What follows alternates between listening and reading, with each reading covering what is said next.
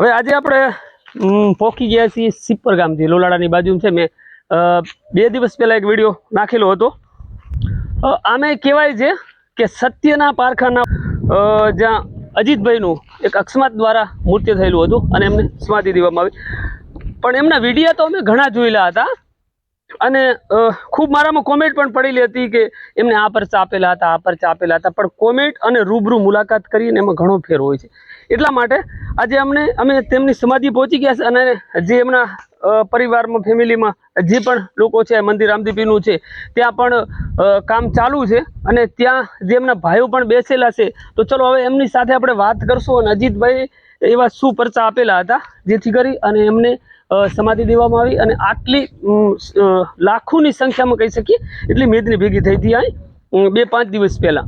તો ચલો આપણે એમના પરચા વિશે પણ થોડું ઘણું જાણી લઈશું. જીગરભાઈ છે, કારણ કે મારી કોમેન્ટમાં મેં ઘણું વાંચ્યું હતું કે ભાઈ આ પરચા આપેલા હતા, આ પરચા આપેલા હતા. પણ સત્ય હકીકત જાણવા માટે આપણે તે સ્થાન ઉપર આપણે પહોંચી ગયા છીએ અને તેમના અજીતભાઈના ભાઈ છે જીગરભાઈ, એમની સાથે આપણે જરા થોડી ચર્ચા કરશું. તો જીગરભાઈ શું અજીતભાઈ આની પહેલા કેવા પરચા રૂપે શું કાંઈ કહેલું ખરું? જય રામદેવપીર. તો અત્યારે આપણે જ્યારે એમનો એક્સિડન્ટ થયો ને એ પછીની જ હું આખી તમને વાત કરીશ કે એમને શું કેવા પરચા પૂર્યા, અમને કેવા દાખલા મળ્યા. તો આપણે શરૂઆતમાં અહીંયાથી આપણે તેમને પાટણ હોસ્પિટલ લઈ ગયા, બરોબર. એમની હાલત તો ખૂબ જ ખરાબ જ હતી પહેલેથી, કન્ડિશન. તે છતાં ડૉક્ટરે જ અમને ના પાડી હતી પહેલેથી કે આ સેજ જીવ શક્ય જ નથી, બરોબર. એમનું ત્યાં આગળ એકવાર તો હાર્ટ બંધ થઈ ગયું હતું એકવાર, પછી તેમને પમ્પિંગ કરીને એકવાર ચાલુ કર્યું, બરોબર. પછી ત્યાંથી અમે કીધું કે આગળ લઈ જાઓ. પછી ત્યાંથી અમે સિવિલમાં લઈ ગયા, પહેલાં સ્ટર્લિંગમાં લઈ ગયા અમદાવાદ, બરોબર. ત્યાં અમે સ્ટર્લિંગમાં તો એટલી બધી ચોખ્ખાઈ હોય, તે છતાં અમને ત્યાં આગળ એક રસ્તામાં નેજો મળ્યો, રખડતો રસ્તામાં ગેટ ઉપર. એટલે અમને થોડોક વિશ્વાસ આવ્યો કે રામદેવપીર સાથે જ છે. પછી ત્યાંથી હું તેમને અજીતભાઈને 8મા ફ્લોર ઉપર લઈ ગયો. ત્યાંથી પણ સામે જ એક્ઝેક્ટ નેજો ફરતો હતો, 8મા ફ્લોરથી સામે દેખાતો, બરોબર. પછી ત્યાંથી પણ ડૉક્ટરે અમને રજા આપી કે હવે આમાં સેજ નહીં, કંઈ સમજી લો સેજ નહીં અજીતભાઈ. તે છતાં અમે હારનામાને એમનો જીવ ગયો. અને એમના ફાધરને પણ 15 દિવસ પહેલા સપનું આવ્યું હતું, સ્વપ્ન રૂપે કેવું કે ધર્મપત્નીને પણ સવારમાં સ્વપ્ન રૂપે કીધું હતું કે હું સમાધિમાં જઈને પહોંચી ગયો છું. પછી અમે સંતવાણીમાં એ પ્રોગ્રામ હતો, ત્યાં પણ એમના બાળ રૂપે જે દીકરો છે એમને પણ રામદેવપીરની હાજરી આવી હતી સાક્ષાત.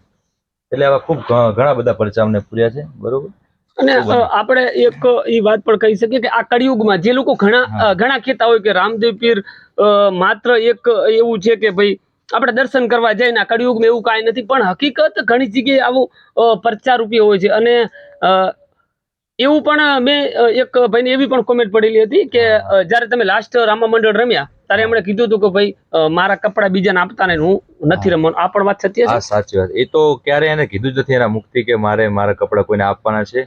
એ તો હંમેશા એમ જ કહેતો કે હું મારા જામા કોઈ દિવસ કોઈ નહીં આપું, પૈસા જેટલા તમારે જોઈએ એટલે લઈ જાવ, બાકી મારા જામા કોઈને આપવામાં આવશે નહીં, બરોબર.